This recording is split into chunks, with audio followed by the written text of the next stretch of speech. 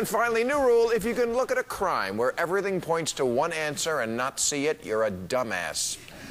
And if you can look at the deficit and not see that the problem is that the rich stop paying taxes, you're a Republican. And before you accuse me of equating the Casey Anthony verdict with Republican thinking, save your breath. I am.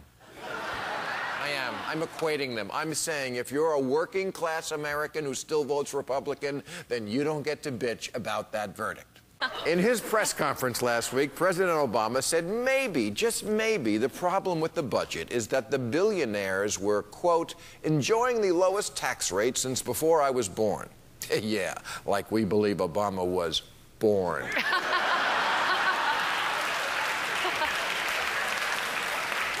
Now, here's Obama's thinking, and it's a little counterintuitive, but try to follow it. When Clinton was president, the rich paid a little more taxes and the government had money. Then Bush cut all those taxes and now we don't. I know it's hard to grasp, it involves subtracting. But in suggesting that in these desperate times we slightly raise the tax on private jets, Obama was baiting the Republicans to look like extremists by defending private jets.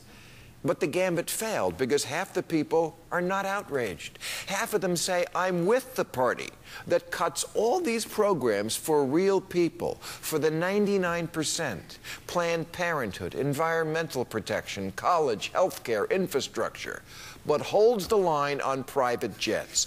Voting for them is as stupid as voting not guilty for the mom who lost her baby for a month and went looking at a wet T-shirt contest.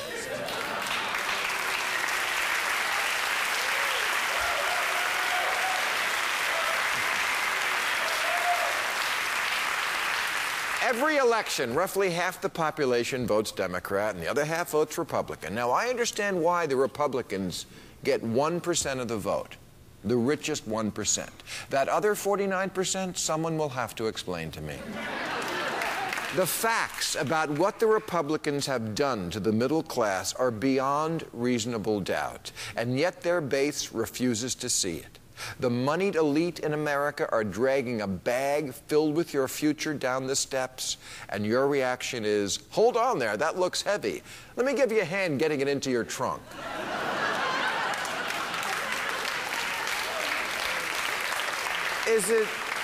Is it really that radical to suggest slightly trimming the tax break on corporate jets? It seems like a reasonable idea given that A, people who buy corporate jets are filthy rich, and B, I don't need a B.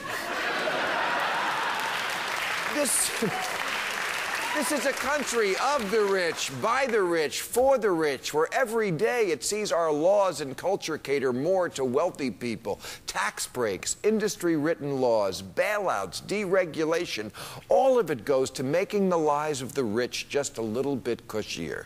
Oh, I'm sorry, did I say rich? I meant job creators. Yes.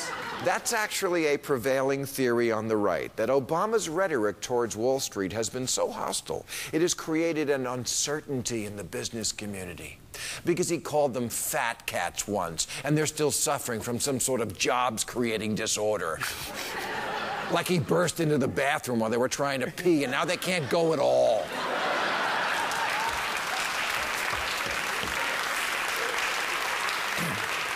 When did the business community in America become so sensitive that we have to treat them like some sort of rare, exotic animal? Don't startle them or they'll fly away. We need to soothe them so they can nest here and lay their magic eggs full of jobs. Which never hatch, by the way. Bush said his tax cuts for the rich would create jobs. They didn't. We're now being told if multinational corporations bring home their current overseas profits of $1.4 trillion, they'll only be taxed 5% on it.